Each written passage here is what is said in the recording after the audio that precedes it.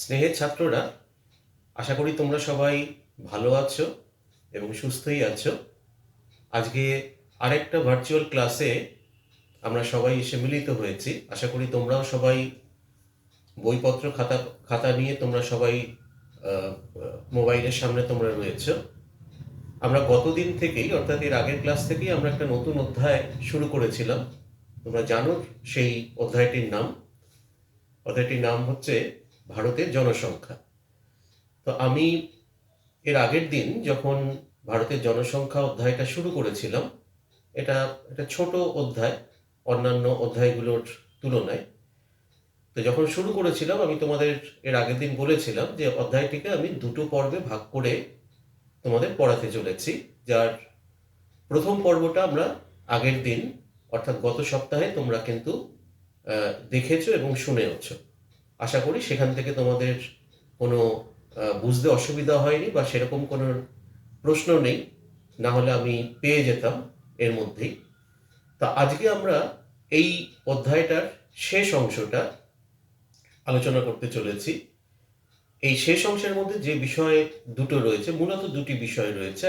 একটা হচ্ছে শহর এবং শহর গড়ে ওঠার কারণ, আর আরেকটা হচ্ছে নগরায়নের সমস্যা। তো এই দুটো বিষয় এই ভারতের জনসংখ্যার সাথেই সংযুক্ত করে আলোচনা করা হয়েছে তোমাদের ক্লাস 10-এর সিলেবাসের মধ্যে। তো আজকে আমরা এই অংশটা নিয়েই কিন্তু মূলত আলোচনা করব। তো প্রথম অংশটা আমরা আজকে শুরু করি আগে, অর্থাৎ শহর। প্রথমত শহরের সংজ্ঞা কি, কাকে শহর বলে, বা ভারতে কত রকমের শহর রয়েছে এটা একটুখানি দেখে নেব, এবং তারপরেই আমরা আলোচনা করব শহর বা নগর গড়ে ওঠার পেছনে কোন কোন কারণগুলো কাজ করছে। এটা হচ্ছে আমাদের প্রথম আলোচ্য বিষয়। তাহলে প্রথমেই আমরা চলে যাচ্ছি শহরের সংজ্ঞা বা definition of town or city. এখন দেখো যে ভারতের শহরের সংজ্ঞা প্রথম থেকে কিন্তু খুব একটা ফর্মুলেটেড আকারে কিন্তু ছিল না। সর্বপ্রথম আমরা শহরের নির্দিষ্ট একটা সংজ্ঞা বা তার একটা রূপ পাই 1971 সালের জনগণনার সময়। আদমশুমারি আয়োগ 1971 সালে শহর কোনগুলোকে বলবো, কোন জনপদগুলোকে আমরা শহর বলবো, তার জন্য একটা নির্দিষ্ট বা স্পেসিফিক কতগুলো টার্মস অ্যান্ড কন্ডিশন ঠিক করে দিল, যে এই বিষয়গুলো থাকলে তাহলে আমরা সেই জনপদকে শহর বলবো, না হলে কিন্তু সেগুলো গ্রাম্য জনপদ হিসেবেই বিবেচিত হবে।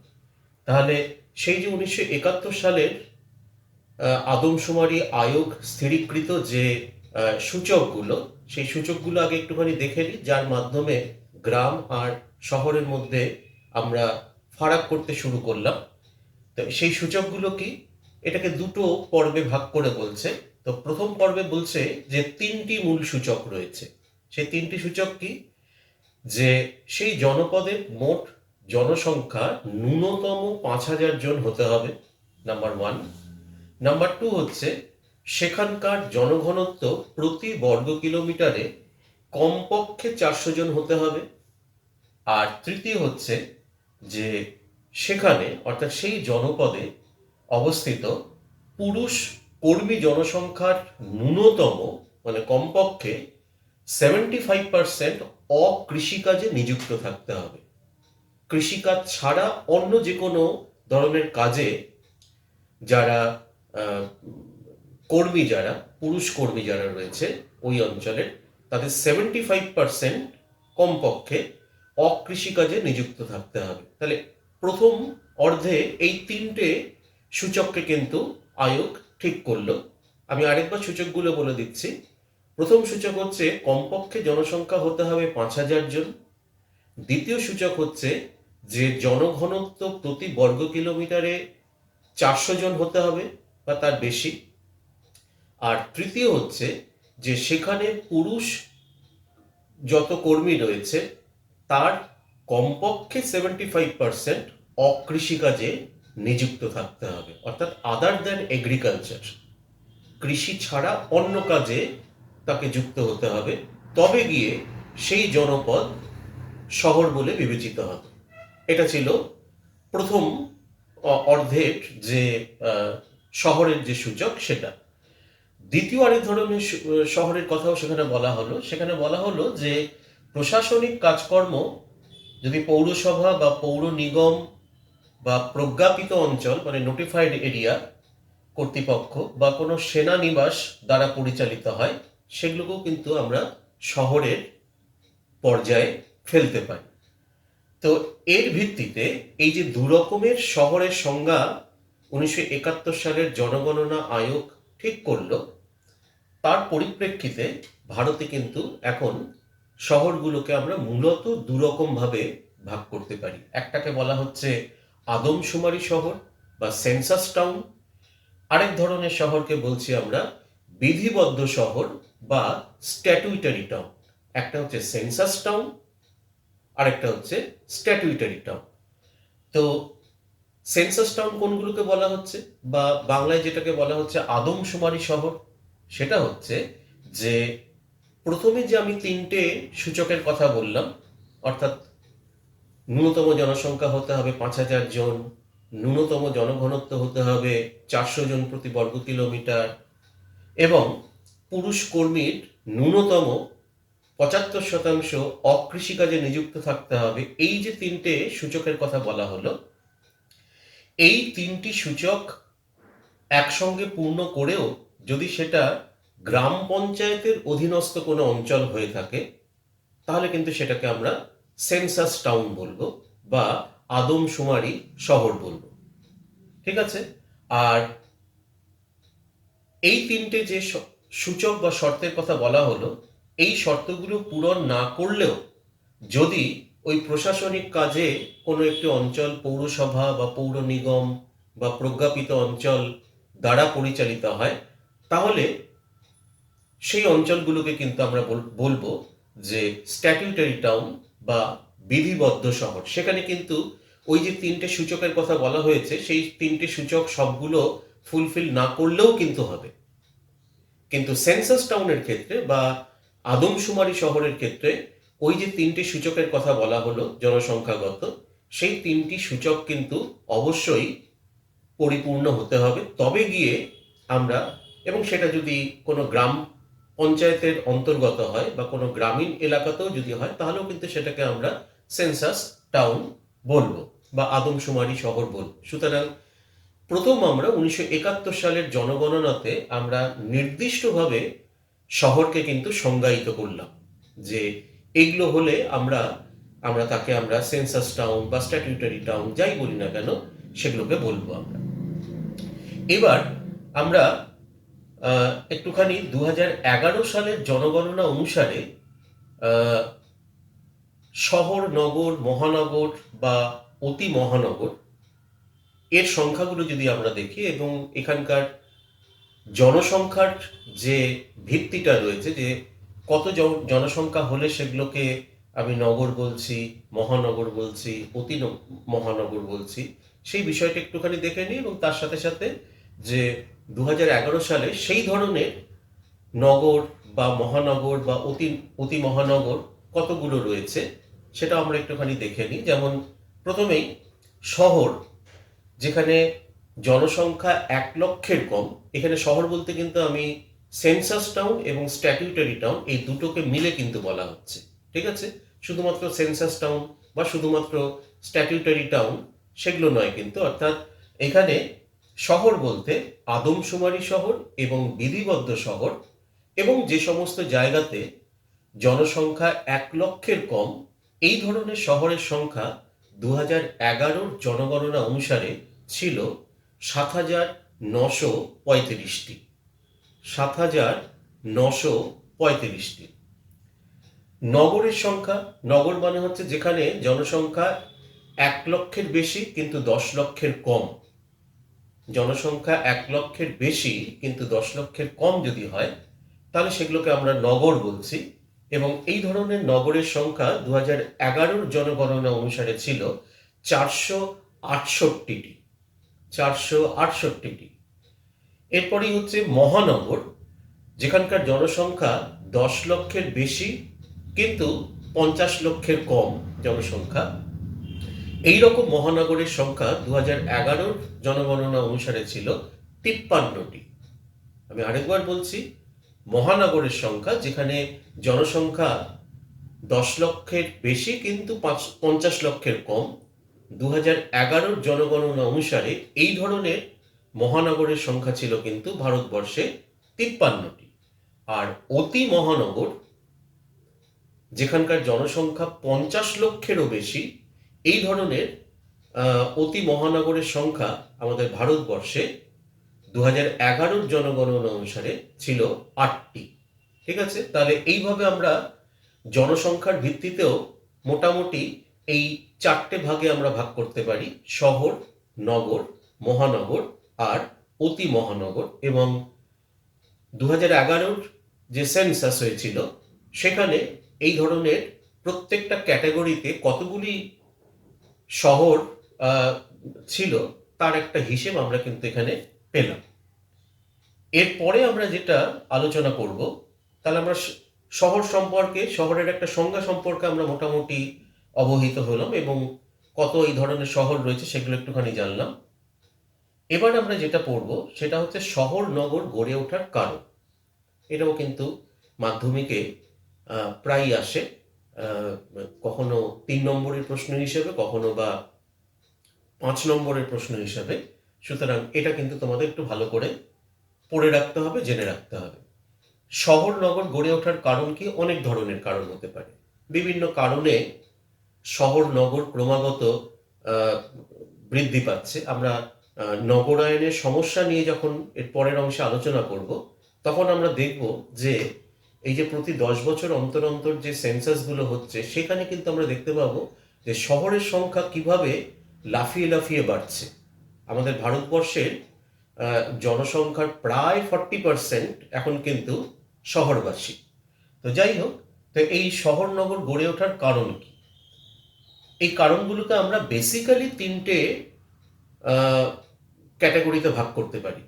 একটি হচ্ছে অর্থনৈতিক কারণ, দ্বিতীয় হচ্ছে রাজনৈতিক কারণ, আর তৃতীয় হচ্ছে সাংস্কৃতিক কারণ। এই অর্থনৈতিক, রাজনৈতিক এবং সাংস্কৃতিক কারণ, তাদের মধ্যেও কিন্তু আবার একাধিক ছোট ছোট কিছু উপবিভাগ রয়েছে। সেগুলো আমি একটু একটু করে বলছি এবং একটা দুটো করে উদাহরণও তোমরা সেখান থেকে পাবে।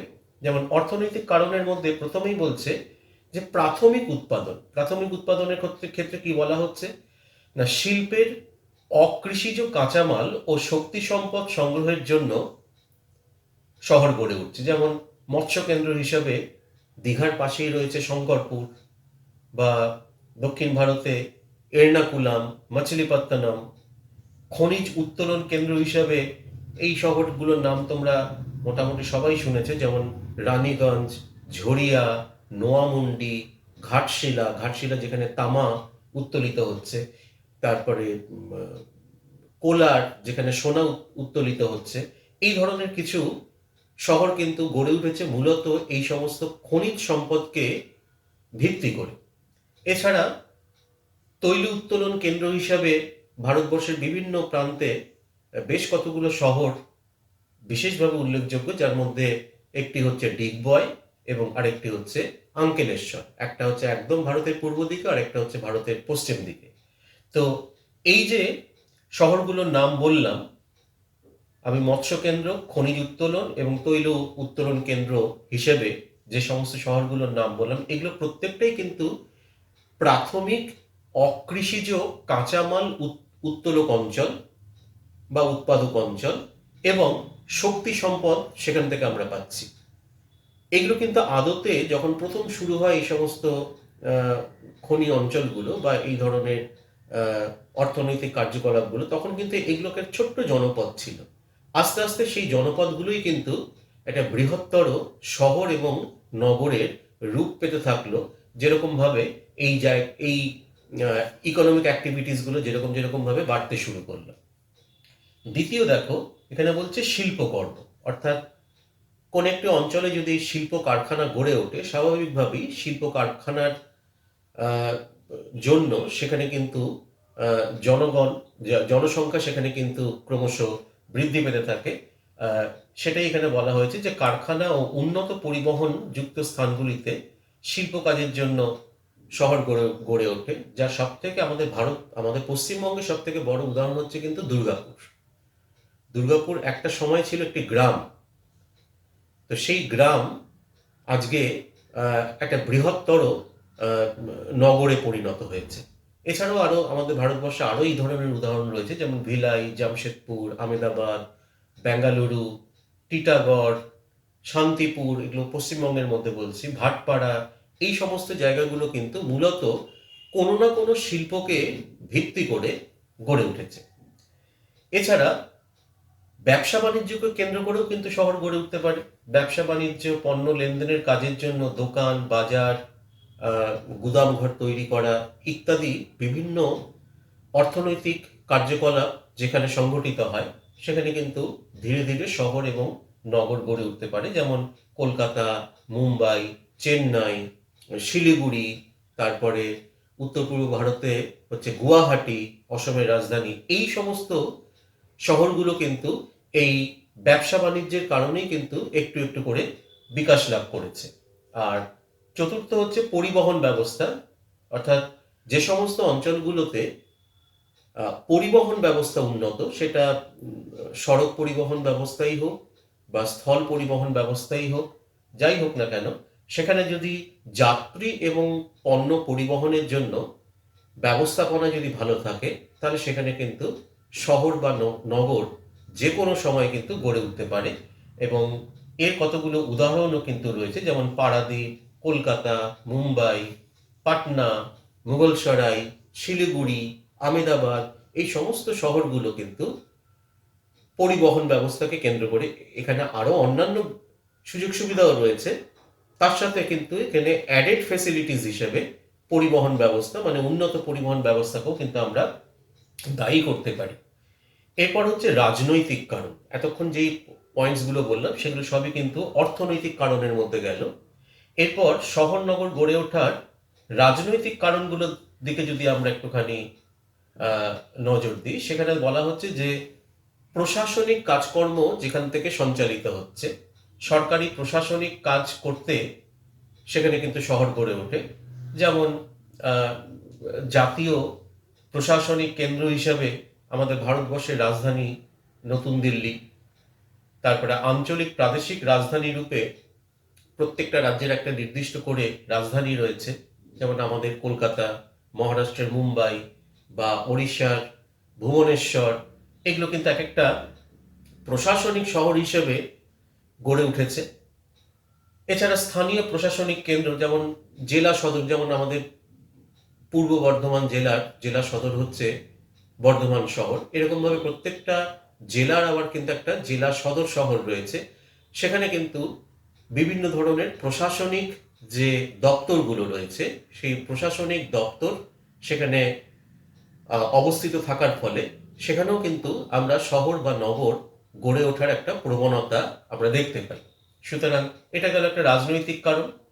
আর দ্বিতীয় হচ্ছে সামরিক কারণ। সামরিক কারণের ক্ষেত্রে বলা হচ্ছে যে সেনা প্রশিক্ষণ, রক্ষণাবেক্ষণ করার জন্য কিন্তু অনেক সময় শহর গড়ে উঠতে পারে, যেমন দেরাদুন, পুনে, আম্বালা, রায়গড়, পাঠানকোট, এগুলো সবই কিন্তু ক্যান্টনমেন্ট শহর হিসেবে গড়ে উঠেছে।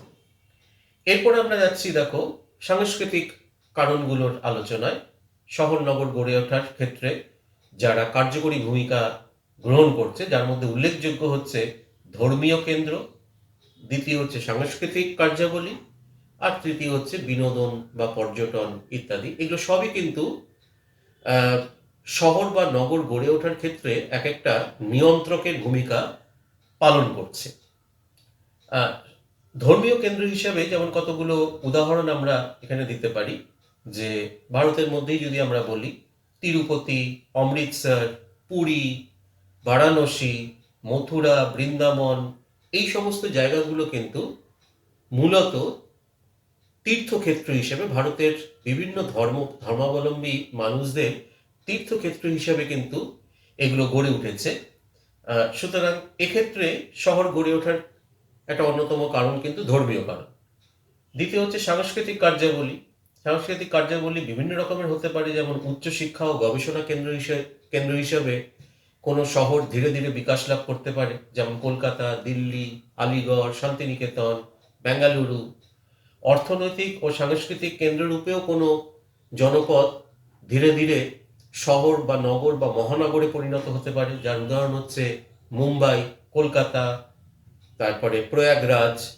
এছাড়া জাদুঘর কেন্দ্র হিসেবেও কিন্তু নালন্দা, রাজগীর, এরকম বিভিন্ন আহ, সাংস্কৃতিক কার্যাবলীর মাধ্যমেও কিন্তু আমরা শহর গড়ে উঠতে দেখেছি আমাদের এই ভারতবর্ষে। এছাড়া বিনোদন এবং পর্যটনের ক্ষেত্রেও কিন্তু আমরা দেখতে পাই যে সেখানেও কিন্তু একটা শহর গড়ে ওঠার একটা বড় ভূমিকা তারা পালন করে থাকে বিনোদন এবং পর্যটনের ক্ষেত্রে। অর্থাৎ প্রাকৃতিক সৌন্দর্য, মনোরম জলবায়ু, অবসর যাপনের জন্য কোনো স্থানে বহু পর্যটকের যদি আগমন ঘটে, তাহলে সেখানে হোটেল, রেস্টুরেন্ট সহ আস্তে আস্তে সেখানে কিন্তু একটা শহর গড়ে ওঠে। যেমন সিমলা, মুসৌরি, দীঘা, দার্জিলিং, এইরকম ভারতের বহু শহর রয়েছে, যে শহরগুলো একটা সময় হয়তো একটা ছোট জনপদ ছিল, পরবর্তীকালে আস্তে আস্তে পর্যটন শিল্পের বিকাশ ঘটায় এবং তার সাথে সাথে যোগাযোগ ব্যবস্থার কথা অবশ্যই বলতে হয়, যোগাযোগ ব্যবস্থারও সেখানে বিকাশ ঘটে। এই দুয়ের মেলবন্ধনে কিন্তু সেখানে শহরের উৎপত্তি ঘটে এবং পরবর্তীকালে সেই শহর ক্রমশ নগরে পরিণত হয়। তাহলে এই হচ্ছে শহর এবং নগর গড়ে ওঠার কতগুলো মূল কারণ, যেটাকে আমরা এখানে ব্রডলি তিনটে ক্যাটাগরিতে ভাগ করে আলোচনা করলাম। এক হচ্ছে অর্থনৈতিক কারণ, দুই হচ্ছে রাজনৈতিক কারণ, আর তিন হচ্ছে সাংস্কৃতিক কারণ। এবার আমরা যে বিষয়টা নিয়ে আলোচনা করব, যেটা আমাদের এই অধ্যায়ের একদম শেষ অংশ, সেটা হচ্ছে যে নগরায়নের সমস্যা কি। এখন নগরায়নটা কি?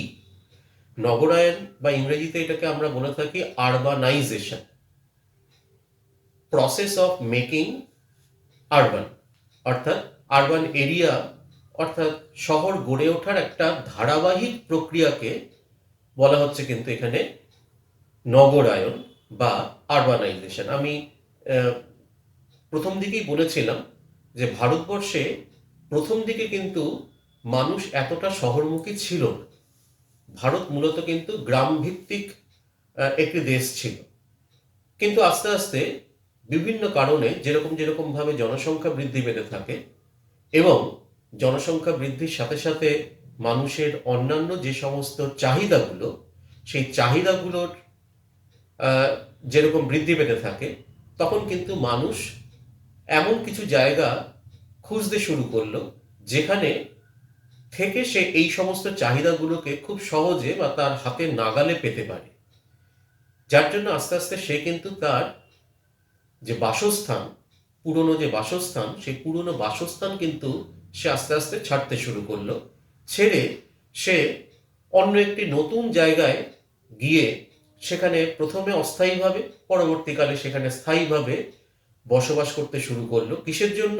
না, জীবন এবং জীবিকার জন্য।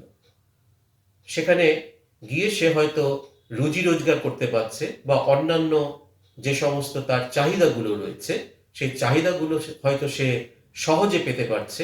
সুতরাং সেই কারণে সে কিন্তু তার যে জন্ম ভিটে, যেটাকে আমরা বলি, যেটা তার জন্মস্থান, সেখান থেকে কিন্তু অন্যত্র চলে গেল। সেখানে গিয়ে কিন্তু সে বসতি স্থাপন করলো এবং পরবর্তীকালে দেখা গেল যে বংশ পরম্পরায় তারা সেখানেই কিন্তু থাকতে শুরু করলো। আবার তারপরেও দেখা যায় যে তার যারা বংশধর, তারা আবার সেখান থেকে আরো দূরের কোনো বড় শহরে, তার থেকেও বড় শহরে হয়তো স্থানান্তরিত হয়ে গেল। এই যে প্রক্রিয়াটা, এই প্রক্রিয়াটাকেই কিন্তু আমরা এক কথায় বলতে পারি যে নগরায়ন প্রক্রিয়া। তার কারণ মানুষ আস্তে আস্তে শহরমুখী হচ্ছে বা নগরমুখী হচ্ছে। এখানে দেখো কতগুলো পরিসংখ্যান দিয়ে এখানে একটুখানি বলা হয়েছে যে 2011 সালের যে সেন্সাস, জনগণনা, সেখানে বলা হচ্ছে যে ভারতে প্রায় 37.71% মানুষ শহরে বাস করলেও প্রথম থেকেই কিন্তু খুবই অনিয়ন্ত্রিত ও অপরিকল্পিতভাবে শহর ও নগরের বৃদ্ধি ও বিকাশ ঘটেছে। এবং এটাই কিন্তু নগরায়নের মূল সমস্যা। সমস্যাটা কিন্তু নতুন নতুন শহর তৈরি হচ্ছে সেটা কিন্তু নয়, সেটা খুবই ভালো, শহর তৈরি হচ্ছে, নতুন নগর তৈরি হচ্ছে, কিন্তু সমস্যা তৈরি হচ্ছে সেটা হচ্ছে অপরিকল্পিতভাবে এই নগরায়ণ প্রক্রিয়াটা কিন্তু পরিচালিত হচ্ছে, কোনো পরিকল্পনা নেই। কোনোরূপ পরিকল্পনা ও পরিকাঠামো ছাড়াই জমির প্লটিং চলছে, অপ্রথাগতভাবে ভূমি ব্যবহার শুরু হয়েছে, গ্রামাঞ্চলের লোকেরা শহরতলি এলাকায় বিক্ষিপ্তভাবে বসবাস করতে শুরু করে, ফলে পৌর এলাকা অনিয়ন্ত্রিতভাবে যত্রতত্র প্রসারিত হচ্ছে। শহরতলির কৃষি জমি নষ্ট হচ্ছে, একে পৌর বিক্ষেপণ বলা হয়। অতিরিক্ত পৌর জনসংখ্যা শহরের অর্থনীতিকে ধ্বংস করছে, পরিবেশ নষ্ট করছে, নানা সমস্যার সৃষ্টি করছে। আসলে প্রত্যেকটা শহর বা প্রত্যেকটা নগর বা যে কোনো ধরনের জনপদ তার নিজস্ব কিন্তু একটা ধারণ ক্ষমতা থাকে প্রত্যেকটা জনপদে, সম্পদের পরিপ্রেক্ষিতেই হোক বা অন্যান্য দিক থেকেই হোক, তার একটা নির্দিষ্ট ধারণ ক্ষমতা থাকে। এবার সেই ধারণ ক্ষমতার অতিরিক্ত মানুষ যদি সেখানে অপরিকল্পিতভাবে যদি সেখানে বসবাস করতে শুরু করে, তাহলে যেটা হবার সেটাই হয়েছে। আমাদের ভারতবর্ষের ক্ষেত্রেও তাই, পৃথিবীর অন্যান্য দেশগুলোতেও কিন্তু এই সমস্যা অত্যন্ত প্রকট, যে নগরায়ণজনিত সমস্যা। এই নগরায়ণজনিত সমস্যা কি না, পরিবেশের ভারসাম্য নষ্ট হচ্ছে, অর্থনীতি ধ্বংস হচ্ছে, শহরের আশেপাশে যে কৃষি জমিগুলো রয়েছে, যে কৃষি জমি থেকে শহরের মানুষদের জন্য খাদ্যশস্য উৎপাদিত হতো, সেই জায়গাগুলো আস্তে আস্তে নষ্ট হয়ে যাচ্ছে, কারণ সেখানে গিয়ে মানুষ বসতি স্থাপন করছে। অপরিকল্পিতভাবে কৃষি জমিগুলোকে প্লটিং করে সেখানে কিন্তু বাড়িঘর তৈরি করা হচ্ছে, গাছ কেটে ফেলে সেখানে রাস্তাঘাট বাড়িঘর তৈরি করা হচ্ছে। এইরকম একাধিক কারণ রয়েছে। এই যে শহরায়ন নগরায়ন যে প্রক্রিয়াটা, সেই নগরায়ন প্রক্রিয়ার যে সমস্যা, সেই সমস্যার কিন্তু এর বিবিধ দিক রয়েছে। প্রথমত তো মানুষ তার জীবন জীবিকার জন্য শহরমুখী হচ্ছে বা নগরমুখী হচ্ছে, এবং যখন শহরমুখী বা নগরমুখী হচ্ছে, তারা কিন্তু অত্যন্ত অনিয়ন্ত্রিতভাবে বা অপরিকল্পিতভাবে সেখানে বসতি স্থাপন করছে, এবং তার ফলে কিন্তু এই সমস্যাগুলোর সৃষ্টি হচ্ছে। এখানে বলা হচ্ছে যে বিগত 100 বছরে ভারতে মোট শহরের সংখ্যা কিন্তু প্রায় 10 গুণ বৃদ্ধি পেয়ে, আজ থেকে 100 বছর আগেও ভারতে শহরের সংখ্যা ছিল মাত্র 827টি, আজ থেকে 100 বছর আগে। এখন কিন্তু সেই সংখ্যাটা কিন্তু 7,935টি, অর্থাৎ প্রায় 10 গুণের মতন বৃদ্ধি পেয়েছে এই 100 বছর। 1901 থেকে 2011 এই সময়ের মধ্যে শহুরে জনসংখ্যা বৃদ্ধি পেয়েছে প্রায় 14 গুণ, 13.62 গুণ বৃদ্ধি পেয়ে 37.71 কোটি হয়েছে। 2011 সালে পৌর জনসংখ্যা সবচেয়ে বেশি বৃদ্ধি পেয়েছে, যেটা হচ্ছে প্রায় 9 কোটি বৃদ্ধি পেয়েছে। এখন এই যে নগরায়ণজনিত যে সমস্যা ভারতে, সেটা কেন হচ্ছে? তার কারণ হচ্ছে বিপুল সংখ্যক মানুষ ভারতীয়, তারা গ্রাম থেকে কোনো শহরে, ছোট শহরে বা ছোট শহর থেকে বড় শহরের দিকে চলে যাচ্ছে, এবং তার ফলে দেখা যাচ্ছে এই সমস্যাগুলো তৈরি হচ্ছে। যেমন গ্রাম থেকে যারা শহরে যাচ্ছে, যেখানে বলা হচ্ছে যে ভারতের প্রায় 60% মানুষ গ্রাম থেকে শহরে চলে যাচ্ছে, অর্থাৎ অন্তর্দেশীয় যে পরিব্রাজন, তার ক্ষেত্রে দেখা যাচ্ছে যে 60% গ্রাম থেকে শহরে যাওয়ার প্রবণতা। তার কারণগুলো কি? কারণগুলো আমরা মোটামুটি সবাই জানি, তাহলে এখানে আরেকবার আমরা আলোচনা করতেই পারি। যেমন গ্রামাঞ্চলে জীবিকা অর্জনের স্বল্প সুযোগ, গ্রামে অল্প মজুরি, গ্রামে দারিদ্রতা বেশি, গ্রামে ছদ্ম বেকারত্ব বেশি, গ্রামে শস্য চাষের ঋতুগত তারতম্য, তার ফলে কৃষিতে মানুষ আস্তে আস্তে উৎসাহ হারিয়ে ফেলছে। এই ধরনের সমস্যাগুলো রয়েছে গ্রামাঞ্চলে। সেখানে শহরাঞ্চলে গিয়ে তারা কি পাচ্ছে? শহরাঞ্চলে শিক্ষা, স্বাস্থ্য, এবং শিল্প, ব্যবসা বাণিজ্য, অফিস, আদালত, ব্যাংক, বীমা ক্ষেত্রে ব্যাপক কর্মসংস্থানের সুযোগ তারা পাচ্ছে। সবাই যে সব জায়গায় পাচ্ছে তা নয়, বিভিন্ন পরিসর রয়েছে, সেখান থেকে খুঁজে পেতে নিতে পারছে। এছাড়া বিবাহ সূত্রে বা বিবাহের পর পারিবারিক অশান্তির কারণেও শহরমুখী পরিব্রাজন ঘটে। এর ফলে শহরে জনসংখ্যার চাপ অত্যধিক বৃদ্ধি পাচ্ছে। বেকারত্ব ও দারিদ্রতাও কিন্তু শহরে ক্রমশ বৃদ্ধি পাচ্ছে, যেটা আমরা বিভিন্ন যে স্লাম এরিয়াগুলো দেখি শহরে, অর্থাৎ যে বস্তি অঞ্চলগুলো দেখি, সেই বস্তি অঞ্চলগুলোতে এই ধরনের সমস্যা আমরা বিভিন্ন রকম দেখতে পাই। তো এই হচ্ছে এক কথায় বলতে পারি আমরা push factor and pull factor. Push factor and pull ফ্যাক্টরটা কি? পরিব্রাজনের ক্ষেত্রে এই দুটো জিনিস অত্যন্ত গুরুত্বপূর্ণ। পুশ ফ্যাক্টর মানে এমন কিছু বিষয়, এমন কিছু কারণ যেগুলো কোনো মানুষকে তার যে স্থায়ী বাসস্থান, সেই স্থায়ী বাসস্থান থেকে তাকে অন্যত্র চলে যেতে বাধ্য করছে। এটা হচ্ছে পুশ ফ্যাক্টর। যেমন এই যে গ্রামাঞ্চলে স্বল্প সুযোগ, স্বল্প মজুরি, বা কৃষিতে এখন আয় কমে যাচ্ছে, এগুলো হচ্ছে কিন্তু কতগুলো পুশ ফ্যাক্টর। এরা কিন্তু সেই অঞ্চলের মানুষকে পুশ করছে টুয়ার্ডস টাউন, শহরের দিকে কিন্তু ঠেলে দিচ্ছে। আর প্রকারান্তরে পুল ফ্যাক্টর মানে হচ্ছে শহর কিন্তু তাকে টানছে। শহরে গিয়ে শহর তাকে শিক্ষা দিচ্ছে, শহর তাকে স্বাস্থ্যের পরিকাঠামো সেখানে গিয়ে সে পাচ্ছে। তাছাড়া বিভিন্ন ধরনের কাজের সুযোগ, সেখান থেকে সে দক্ষ শ্রমিকই হোক বা অদক্ষ শ্রমিকই হোক, বিভিন্ন ধরনের কাজের সুযোগ সে সেখান থেকে খুঁজে পেতে পারে, যার জন্য শহর কিন্তু তাকে টানছে। এই জন্য এই ধরনের ফ্যাক্টরগুলোকে আমরা বলে থাকি পুল ফ্যাক্টর। পুল মানে যে টানছে বা আকর্ষণ করছে। অর্থাৎ একটা হচ্ছে বিকর্ষণজনিত কারণ, আর একটা হচ্ছে আকর্ষণজনিত কারণ। এই কারণেই কিন্তু মানুষ ক্রমশ গ্রাম থেকে শহরমুখী হচ্ছে। আবার এই একই কারণে মানুষ শহর থেকে বড় শহরের দিকেও কিন্তু যায়। সেখানেও দেখা গেছে যে ভারতে 10% মতন মানুষ ছোট শহর থেকে বড় শহরে যায়, এবং এখানেও কিন্তু কারণগুলো মোটামুটি এক। কি কারণগুলো? এখানেও কিন্তু সেই পুশ ফ্যাক্টর এবং পুল ফ্যাক্টর কাজ করছে, অর্থাৎ আকর্ষণ এবং বিকর্ষণজনিত কারণ। এক হচ্ছে বেশি আয়ের সুযোগ। ছোট শহর থেকে বড় শহরে গেলে সেখানে কাজের পরিধি আরো বাড়ছে, সুতরাং আয়ের সুযোগও বাড়ছে, সুতরাং বেশি আয়ের সুযোগের সন্ধানে সে যেতে পারে। সুবিধাজনক শর্তে বসবাসের সুযোগ সেখানে বেশি পাচ্ছে।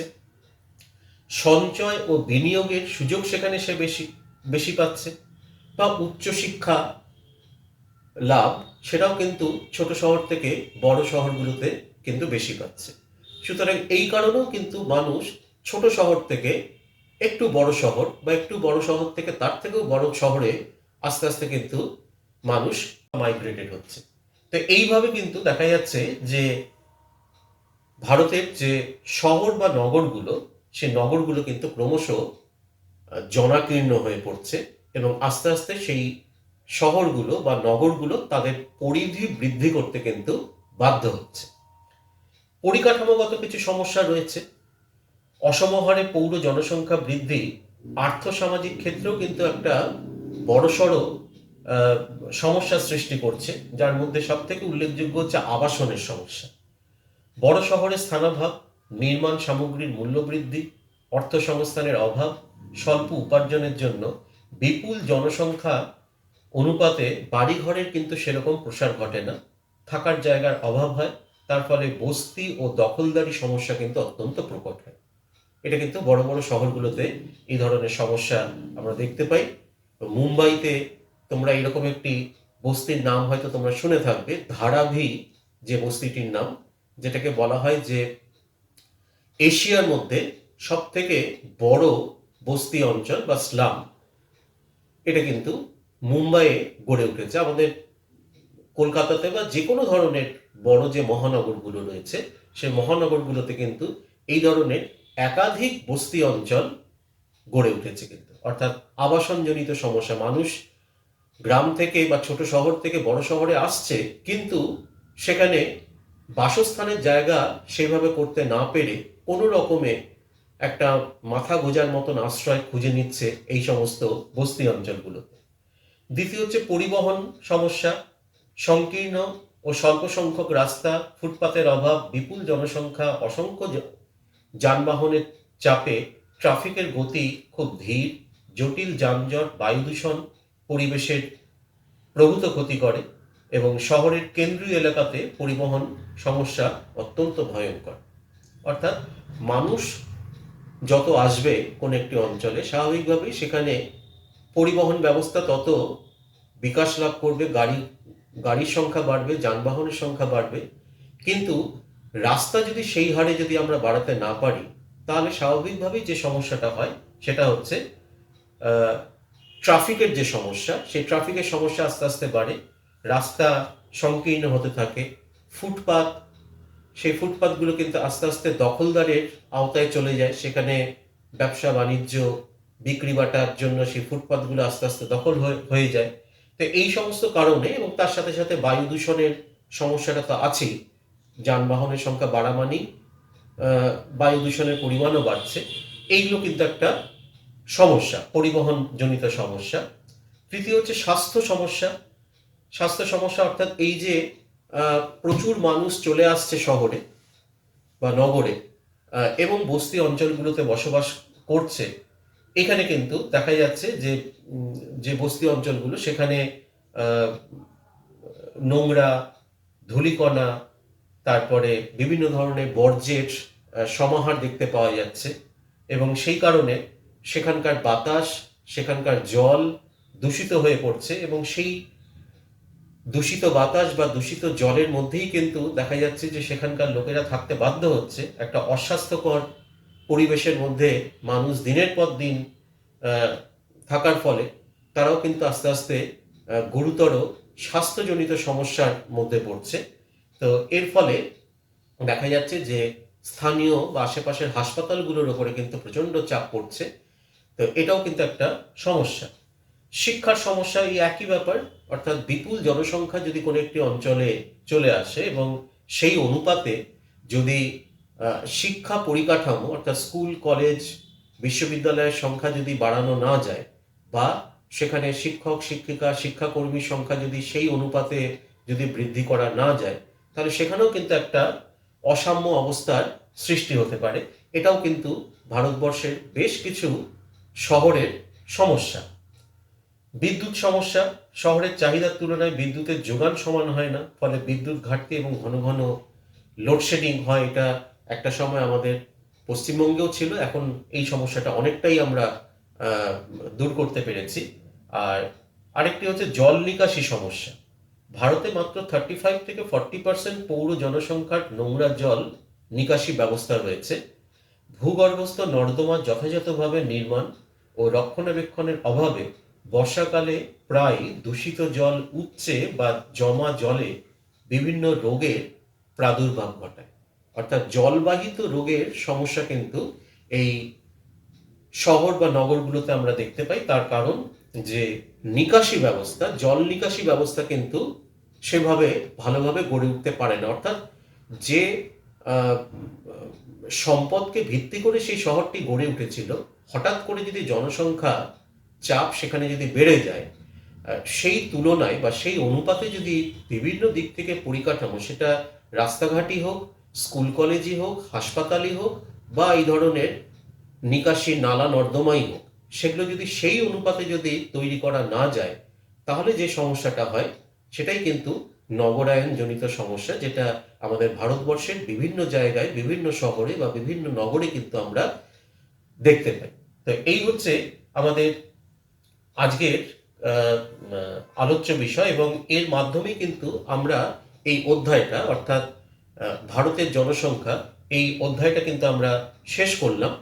আমরা এর পরের দিন এই যে অর্থনৈতিক পরিবেশ নামক যে একটা বড় চ্যাপ্টার আমরা শুরু করেছিলাম, যার মধ্যে 4টে অধ্যায় ছিল, তো তার চতুর্থ অধ্যায়টা আমরা শুরু করব, যেটা হচ্ছে ভারতের পরিবহন ও যোগাযোগ ব্যবস্থা।